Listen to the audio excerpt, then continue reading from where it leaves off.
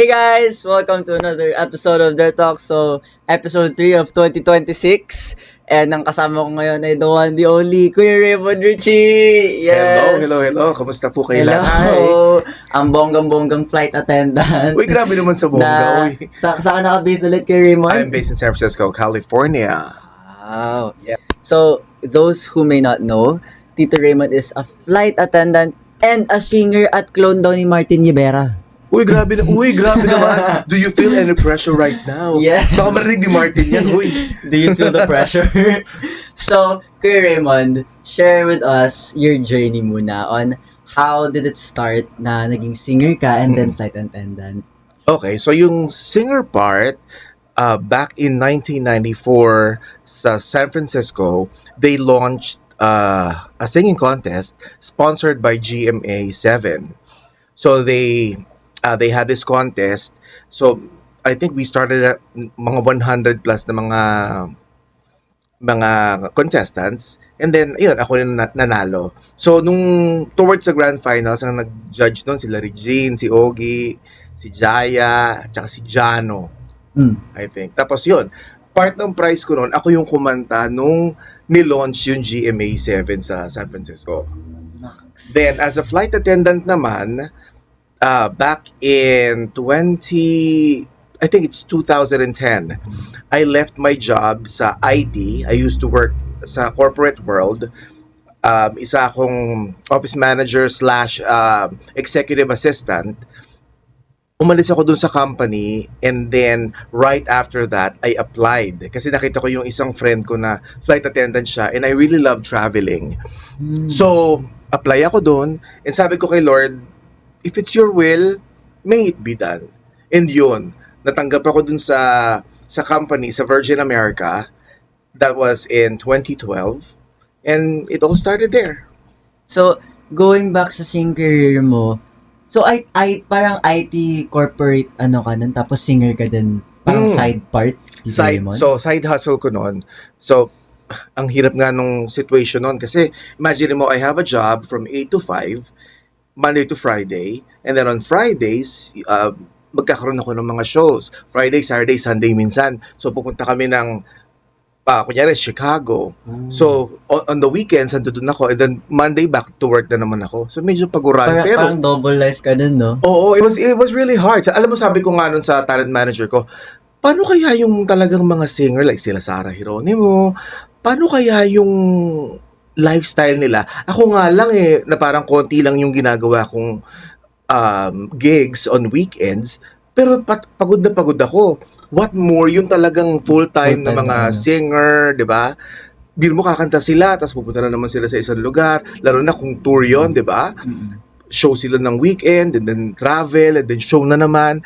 And, you know, the cycle goes on and on. Ang hirap. Pero why singing? Was it something na ginagawa mo nung bata ka pa? I really loved singing when I was younger. Kaso, ang experience ko naman noon, so kumakanta ako sa bahay, medyo pangit yung boses ko nung bata. So binabato ko ng bato yung ano namin kasi ang ingay ko. So kung binabato ng mga kapitbahay ko yung bubong namin, kasi uy, ang ingay mo, ganun. Tapos sumali ako ng singing contest, natalo ko doon. Natalo ako kasi pumiyok ako, nakalimutan ko yung lyrics. So lahat. So naawa yung mom ko sa akin, in-enroll niya ako ng voice lessons. Oo. I remember, I think, pwede mo magsabi ng brand dito? Sige lang. I think my very first vocal lessons was sa Yamaha School of Music. No, dito, sa Philippines. Dito? Oo, sa Philippines ako. Bata pa ako noon. So naawa yung mom ko sa akin. Sabi niya, sige na nga, pag-aralin kita ng ano. So the following year, sumali ko rin ng contest. Ako na yung nanalo sa school. Inter-school competition yon. What age were you this time? I think I was first year high school nung nag-first voice lesson ako. So, more than a decade yung singing career mo. No? Tama ba? Okay. More than a decade na. I think more than that. Kasi diba 20 ka lang ngayon? Gusto ko, I like you. Sige, habaan mo pa yung interview natin. Sige lang. So, kasi I also heard, diba, ikaw din yung dahil gumaling ka na sa singing, sa competitions, ikaw na din yung nagko-coach ng mga students mo Yes, before. oo. So, one of my students was Ate Ate Alyssa. Alyssa mo, Yes, di ba? my cousin. During that time when, imagine mo ha, yung sinabi ko kanina, nagkatrabaho ako 8 to 5, and then on the weekends meron ako show. Tapos may tutoring ka pa. Nagtuturo pa ako noon. So medyo talagang paguran. Pero, like what I always say, do something that you love and you will never work a day. So, pag enjoy ka, mahal mo yung ginagawa mo, may passion ka sa ginagawa mo, you're not even gonna think that I'm working at this time. You're just enjoying it. Diba? So, you really love singing.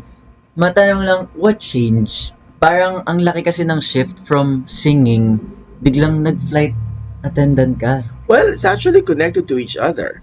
Kasi when I'm singing, I deal with people. And as a flight attendant, I also deal with people. So I think naturally, I am a people person. Kaya medyo na-relate ko yung singing ko with being a flight attendant. And also, pareho ko silang mahal. I love flying and I love singing. So, I am not working when I do those things. Okay, sige. Before we talk about the flight attendant part, medyo curious ako. Sino ulit yung mga naka-work mo dati ng mga famous singers, Kuya Raymond?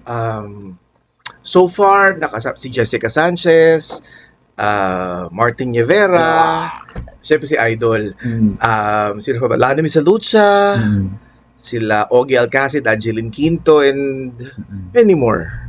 Marami pa, hindi ko lang maisip. Medyo na on the spot mo ko. Grabe naman. Parang ang saya naman ng buhay mo nung teens ka tsaka nung college life. Oo. Parang that age. At that particular age, it's really fulfilling. Siyempre, imagine mo, makasama mo yung mga dekalibre na mga singers, di ba? It's such an accomplishment. Are you still connected with these artists to this day? Or hindi na masyado? To some of them, yes. Like si Sherin Rehis. I am very good friends with Sherin. She is one of the winners sa Star in a Million back in the day. Yung kasabay nila Eric Santos. Okay, I see. So, you quit your job sa corporation, tas nag-stop ka din sa music career mo?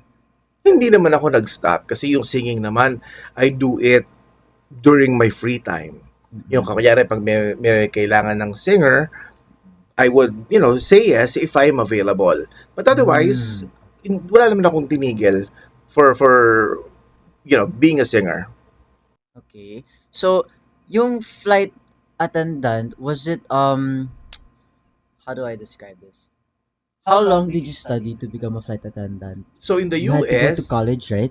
no. In the US, it's a different thing. As far as I know, baka mabash tayo, but yun nga, as far as I know, dito sa Asia, you have to you have to attend school, di ba? Oo. Sa US, hindi. So nag-apply ako, they hired me, and then I had to go through 5 weeks of training, extensive training. And if I may say, yung school, ginawa kong training with Virgin America back in 2012 was one of the hardest trainings ever for me. What would they make you do? Did they shout at you? Not shout at me, but it was very stressful kasi we have to learn the manual, and every time may mga quizzes, may mga drills, and kailangan maipasa mo yun. Kasi pag hindi, out ka na. Jobless ka na naman. So, hindi mo na feel na, I don't think this flight attendant is for me.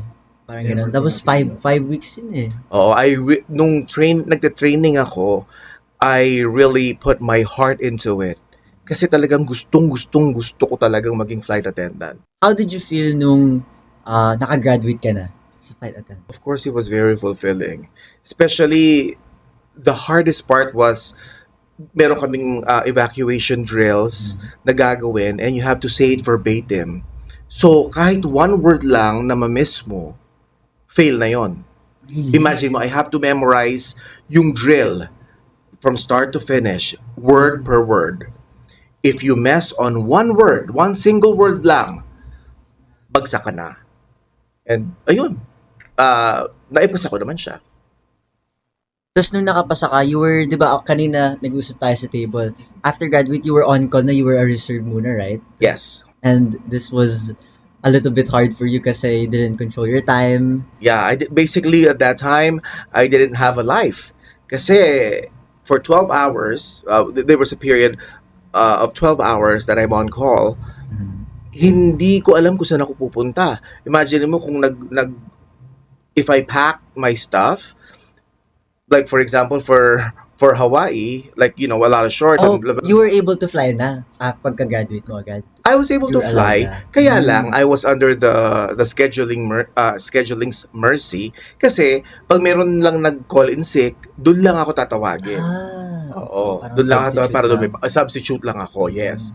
Kaya siya tinawag na reserve kasi you're reserved para pag merong nag-call in sick, ikaw yung lilipad. So you still lived in San Francisco Yes. this time. This time, yes, I live in San Francisco. So pag pinatawag ka kunyari, we need you here in Hawaii, you'd fly there? I would fly from San Francisco to Hawaii, Hawaii back to San Francisco. At your own expense? No, at their, of Ah, course, at at their expense. expense. Oo. Okay. Siyempre, that's my work eh. So they have to cover everything, even the hotels. And sometimes the hotels gives us free breakfasts. Mm. So, which is a good thing. Grabe, I feel like you sacrificed your social life when you started flight attendant. Not No more really. friends, ganun. No, I actually gained more friends. When I became a flight attendant. Gain more friends sa airline industry. But you're also right kasi hindi ko masyadong nakikita yung mga talagang friends ko outside the airline industry kasi yun nga, I'm on reserve. So kailangan pag tinawag nila ako, nandun ako sa airport. Tas, nung tapos na yung phase na reserve ka, you were, what's the term for those Line holder. line holders? Oo. So you're currently a line holder na, right? I am now a line holder. So you get to freely choose which flight you want to go to or Correct. country. Correct. So which one of these countries naman were your favorite na nabisita mo? I love going to Mexico. I love going to Hawaii. And I love going to the East Coast in the US. Not Asia? Kasi wala kaming yung company where I'm working at, we don't have international travel yet. Domestic. Domestic pala kami sa US. However, the company acquired Hawaiian Airlines and magsisimula na kami magkaroon ng mga international routes. Oh. So international flight attendant na ako, yes. Yes. So, parang hindi pa totally all over the globe yung nalilibot mo. Well, because of the benefits that I have sa trabaho ko, I have the opportunity to travel at my own leisure. Yun nga, so kagaya ngayon, 'di ba? Dito ako sa Philippines, ginamit ko yung benefits ko. So hindi siya masyadong mahal for me to travel. So somehow I've traveled Asia, I've traveled Europe na din. Favorite ko ang Europe. So, you really wanna, there, kung pwede, doon ka lagi mabihis ng flights sa Europe. Actually, we're gonna start routes to London, Barcelona, and Iceland. Sama. So hopefully, sama ka. Libre ba kapag may family members yung flight attendant? Hindi siya libre, pero there's minimal tax that you have to pay. Parang 50% off ganun. More than. Oh, really? Yes, more than. Alam niyo na. Alam na this. I wanna go to Barcelona kasi. Oh, I have not Tickets are been to so Barcelona expensive. yet. Yes, I know. Even from the US, it's expensive to go to Barcelona. But, yun, I mean, with my benefits, kayang-kayang gawin. So, inside the plane, inside the aircraft naman, what were the usual struggles that you go through? Ay, number one, syempre, yung mga Passengers. passengers na irate or sometimes may mga, syempre hindi naman mawawala yung mga entitled na mga passengers. Ganun talaga, di ba? And at the same time, pag may medical situation. Kasi syempre, iba-iba. Doon ka sa, right? Sa parang economy side ba yun? Majority ng lipad ko, nasa first class ako. Ay, first class. Kasi, napansin ko sa kapag nasa airplane ako, may, di ba, flight attendants, may isang hiwalay na flight attendant, doon lang siya sa first class nakabase, hindi siya pumupunta sa likod. Ganun din sa amin. Oo, pero kami, nagtutulungan kami. So pagtapos na ako sa ginagawa ko sa first class, sometimes I help out in the back. Pagpurot ng basura, ganyan. You know, lalo na, syempre, I wanna walk din. Ayoko naman ma-stuck lang sa first class at nakaupo lang ako doon. So I kinda wanna walk. What's the most unforgettable struggle sa passenger na-experience mo? Kunyari, nasukahan ka ba? Ganun? Nasuntok ka ba? Alam mo, nung uso yung nangyari sa akin yan, it was a red-eye flight. So when I say red-eye flight, yun yung magdamag na flight from San Francisco to, I think I was going to Washington DC at that time. So, ano yun, madaling araw yung flight. Alis kami ng gabi sa San Francisco, darating kami umaga na sa Washington DC. So, uso pa nun yung bird's flu. Oh, no. I forgot what it was. But yun yung projectile vomiting. This was pre-COVID. So, nagpunta yung pasahero sa likod, kasi nasa likod ako at that time. Pupunta siya doon, hindi na siya umabot sa restroom, bigla sumuka talaga siya. Sa'yo? So, hindi naman sa akin. Well, ang nangyari, sumuka siya doon sa upuan ko ng flight attendant. So, tumalsik ngayon yung mga suka niya, nandun ako kumukuha ako ng drink. So, tumalsik sa likod ko yung suka. Kaya yung eroplano, super amoy talaga siyang suka. Pati ako amoy suka. Oo. So, buti na lang, meron akong dalang extra uniform. Ayun, palit na lang ako, pero it was disgusting. Tapos yung silya ko, super drenched siya ng vomit. Tapos yung clothes na dala mo, di ba bilang lang yun? Limited lang. Oh, yung buti na lang may dala akong extra uniform. Kung hindi, paano yun? Pabalik yung next Amoy flight. suka lang naman ako. So, after flights, since, di ba bilang lang yung dala mong baggage, so you guys get provided hotels and Correct. ano naman, right? So, what's the process of that naman? How long do you guys stay? Or you guys landed in Mexico. How long will you guys stay in Mexico before you hop on another flight? Usually, pag yung mga ganun, ang kinukuha ko yung may mga at least 24 hours. Para at least I have time to go You get to go around and I also have time to rest. Sometimes I fly with friends. So, yun, we hang out. Excuse me. We hang out, we, get some drinks, we get meals together. And then the next day, we fly out. Either we go back to San Francisco or we go someplace else. Do you make new friends most of the time in these places you go to? Oo naman, syempre. Yung mga locals, Oh, gano'n. well, it seldom happens kasi usually nasa nasa mga tourist area. So, You meet a lot of new people. new people, ganyan. Or sometimes, pag medyo naamoy ko na, mga flight crew to, sometimes we talk to them. Okay. Oo, di ba? Tapos may We may mingle with each other, ganun. ganyan. Grabe naman sa in love agad. In love agad agad. Na-in love ka na ba? Kinakot off guard kita eh. Alam mo, may pagkamarites ka din eh, no? Kinakot off guard kita. Matay-love ka na sa mga napuntahan mo eh. Uy! Hindi nakasagot! Naka po! Huli. So, yeah, silence means yes. I invoke my right to self-incrimination. Walang yaka, David. Ayun, the spot mo ko. Sorry na.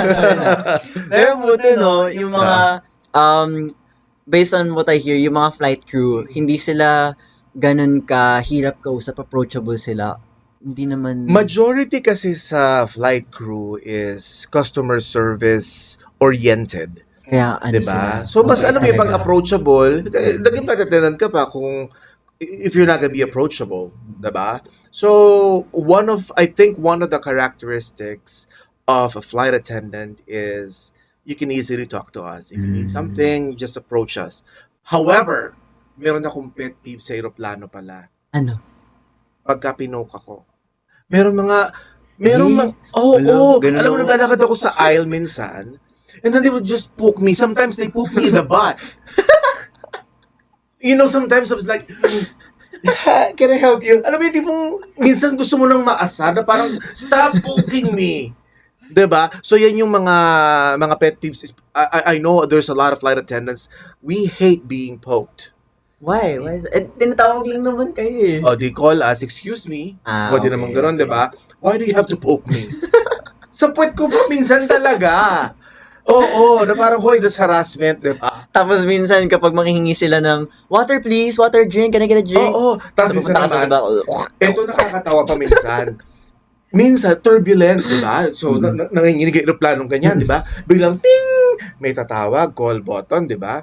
So, kami naman, ano ba to, Are you emergency? serious? Emergency ba to? So, ngayon, minsan, sige na nga, pupuntahan ko na nga. So, lalapitan ko, di ba? Can I get coffee? Really? When it's turbulent? Di ba? Na parang, can I just give you the coffee as soon as, the turbulence is over? Di ba? Bibigyan ko naman ng coffee after, pag safe na. Kasi usually, kaya nga siya tinawag na yung button na yon, it's called emergency call button. Di ba? So, napindutin mo yon pag may emergency. Hindi para humingi ng coffee. Alam mo, I think flight attendants, yung one of the jobs na requires utmost patience and self-control. In any job, yes. Any customer service job, yes, I agree with that. Kasi hindi lahat ng pasahero mo would understand.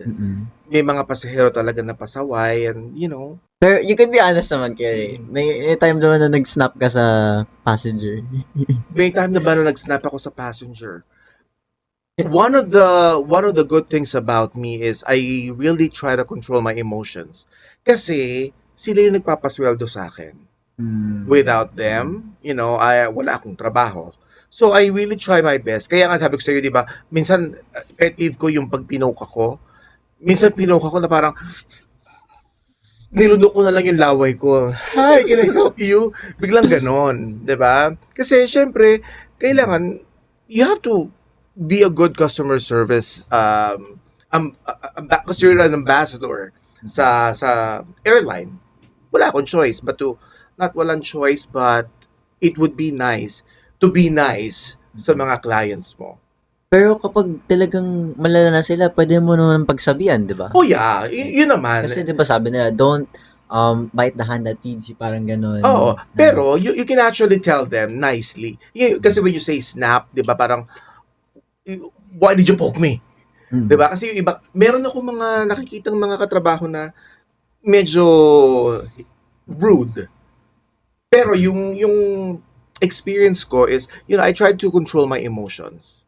Para walang gulo kasi ayoko ng reklamo. That's true. Ayoko mareklamo, ayoko ma-write up. Kasi I love my job. I wanna keep it. Ang babait nga ng mga ano. I think nakwento ko na to before sa China. Naiwan ako ng airplane. Bakit ka naiwan ng airplane? Kasi, late Were you traveling alone? No, I was with family, sila mami ka. So, naiwan ka nila? Yeah. Kasi, ang tagal ng pila namin dun sa cashier. Oo. Tapos, pinagbayad kami ng check-in baggage. Okay. Tapos, ang laki pala ng airport, so tinakbo namin. May matanda kaming kasama. Mm. Ngayon, may train pa naman, papunta sa kabilang terminal. Okay. Naiwan yung matanda sa train. So, I had to go back. Sila nakapasok na ng airplane. Tapos ako binalikan ko yung dalawa. Oo. Pagdating namin, parang wala pang 1 minute yung nakalipas. Nag-close na. No! Parang, ano yung flight attendant sa akin? No, cannot. No, stay away. Even though you were a kid? Sabi, stay away. Close, cannot. So, after nun, ayan, nag-book ulit kami ng flight. Lumabas sila mami ka? Hindi, nasa loob na sila ng aircraft. So, paano? Naiwan ka mag-isa? Yeah. With the elders, dalawang matanda kasama ko nun. Oh, no. So, I had to rebook another flight going to... Kasi nasa China na kami nun eh. So, from Chongqing to Shanghai naman. So, sila sa Shanghai na ako sa Chongqing. Kasi yung check-in nila nandun eh. Naiinis nga ako kay Mami Canon kasi sabi ko, Mika, hello, wait lang, sabihin mo, 5 minutes, malapit na kami. Oo. Tapos sabi namin, sa airplane na kami. Tapos, nag-vlog siya, guys, naiwan kami ng airplane. Hindi mo lang binaba. Oh, Guys, no. oh my God, naiwan kami ng airplane. Okay ka, mami ka. So ngayon, how did you handle that? Wala, I think... Ako na nag-interview.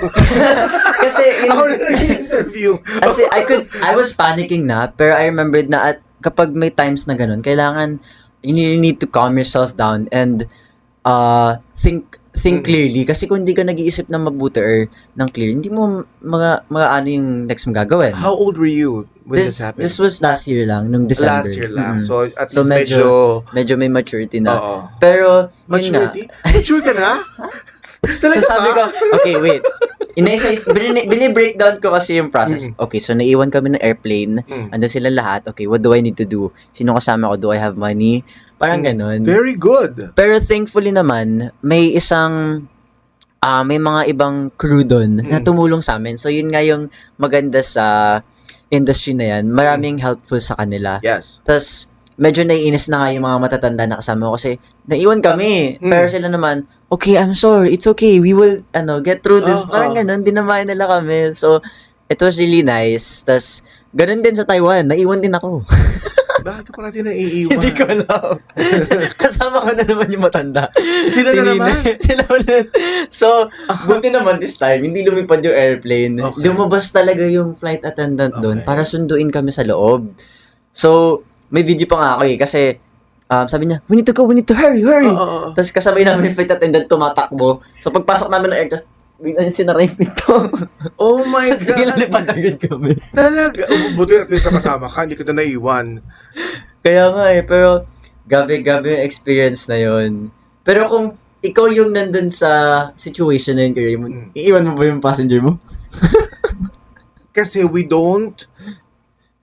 hindi kami yung in charge when it comes to passenger boarding. So they are under the mercy of the people, the gate agents, gate team. So yun, sila yung nagbo-board kasi kailangan nilang mascan yung boarding pass. So it's their decision dun sa labas if they will let them in the airplane. Once they're in the airplane, jurisdiction na namin yun as flight attendants. Pero may choice nyo pa rin yun kung gusto nyo intayin yung passenger, di ba? Or kahit ng pilot. In most cases, yes. But there are some cases, it's a case-to-case basis. May times when yung tinatawag nilang flight ops are the ones, making a decision, we have to leave or we have to close the flight. Sometimes, may call ang pilot, sometimes may call ang gate team. So it's a case-to-case basis. I really don't know what they can do with what they could have done for you at that time. Kaya nga eh. Mm-mm. Grabe, buti na lang prepared ako nun. Oo, pero yun nga, it would have been nice sana man lang kasi nakita nila bata ka. Although hindi ka na bata. Ilan taong ka na ba? 19. Pero mukha naman ako bata. Mukha ka naman 14. Nagmamaka ako na, please let us in. Oo. My mom is sick. She's there. Oo. My mom is vlogging. Naiwan kami na airplane, guys. Nilagay lang doon yung cellphone. Hello! Oh my gosh. Pero But grabe. that was an experience. That's a good experience for you to experience at a very young age. At least alam mo na kung sakaling maiwan ka ulit. You know what to do. Kaya sabi ko din kay Mami Ka na kapag magbubook kami ng flight, pwede bang tanghali? Kasi madaling araw yun eh. So medyo Oh, no. Okay. sleepy kami.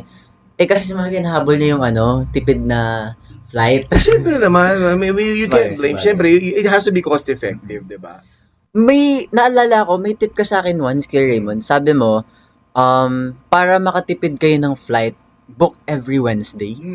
Well, hindi ko alam kung urban legend yon, but I've heard from someone that it's actually nice to book on a Wednesday. And when I was not a flight attendant yet, ganun ang ginagawa ko.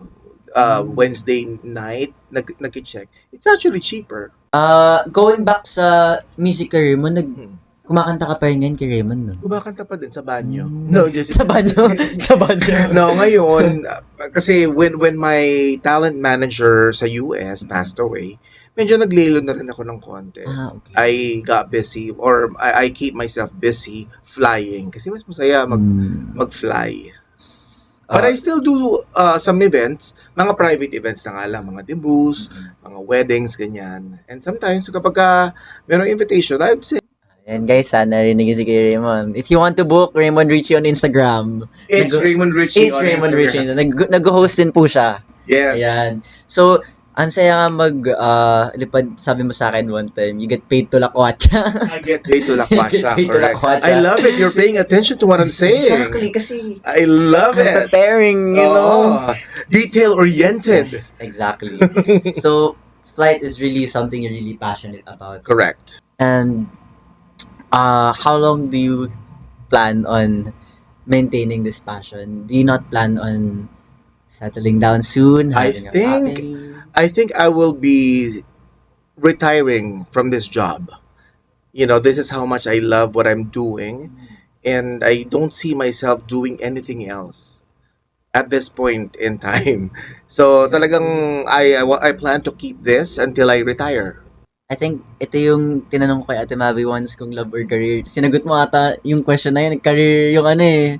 Love or career. Mm-mm. Hindi ba pwedeng both? Ah, Kasi with love, di ba with love, pwede siya maging part ng career ko kasi magiging travel companion ko siya. kunyari ano. Hindi meron na akong kasama mag-travel. Rar! Babe, yung passenger yung sungit. Pinuka ko, babe. Di ba? Oh my God, she poked me on the butt! Moving on to our reflecting on all the things na napag-usapan natin, kay Raymond. Was flight attendant or was flight as easy as it looked? It is easy if things are going well.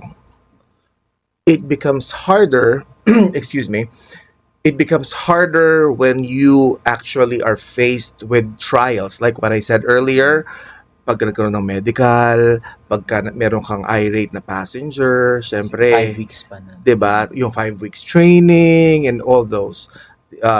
Hindi lahat sanay sa turbulence, 'di ba? Hindi lahat sanay sa another factor is yung jet lag. 'Di ba? Minsan ang hirap matulog kasi maaga pa sa California, midnight na sa East Coast. So alam mo yun, minsan hindi ako makatulog. So that's one of the challenges. So you just have to adapt to it. Pero right now, nababalance mo pa rin naman yung life mo and career life.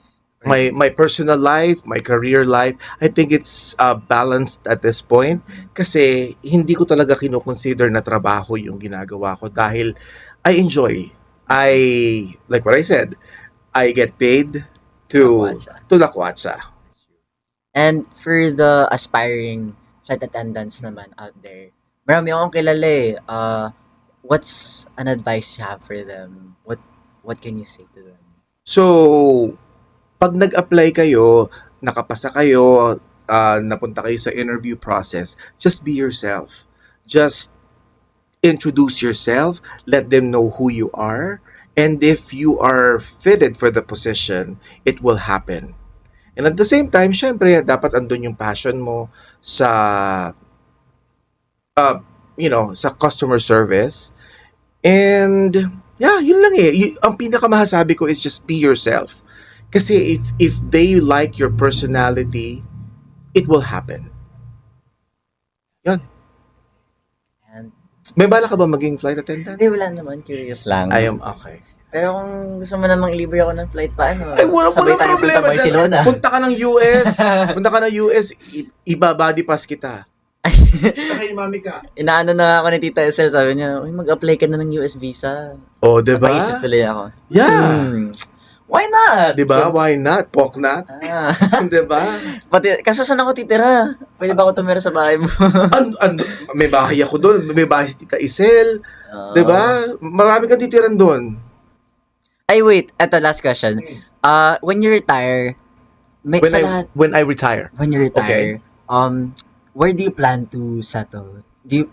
One of the places you visited or back in the Philippines, back in San Francisco? I honestly, initially, I wanted to retire in the Philippines. Kasi syempre, yung pera ko, times 59 agad. Alam mo yun, di pa mas Practical din siya. diba, may maganda yung value ng pera, yung magiging pension ko sa US dito sa Philippines. Pero there are some factors now that I'm exposed na nakita, like, medical, yung, yun di ba? ba? So, tapos hindi na rin mura dito sa Philippines ngayon. So, I'm actually weighing things. I am considering to retire in the Philippines, but I'm also considering to retire in the US since I have the capability of traveling. And when you retire, do you plan to like continue your singing career, make a voice school, ganon? Probably Not not. yet. Probably not that far. Voice school, that's pretty ambitious, but it's a nice thing, but no. And ayun nga, thank you guys for watching. Thank you, Tito Raymond. Yes. And sana po nag-enjoy kayo sa lahat ng mga chismis namin. But anyways, if you are actually considering to be a flight attendant, go apply lang ng apply. Malay mo, you're destined to be one. Tapos makita mo yung destiny mo doon. Makita mo yung the one. Yes. Diba? Passenger mo lang pala. Diba? Or bawal ba yun? Makipag ano? Medyo bawal yun. Medyo bawal. Oo. Unethical. Yeah, conflict of interest, 'di ba? Kasi hindi maganda na pasahero mo tapos naging kayo, 'di ba? Pero malay mo naman makita mo siya sa layover. Tama, That's a tama. different story na, Okay. 'di ba? But pag sa plane, syempre ibang usapan 'yon. So, thank you guys for watching. And ayun nga, it's Raymond Richie on Instagram. And comment down below if may gusto pa kayong topics or episodes. And I'll see you guys next time. Bye! Bye.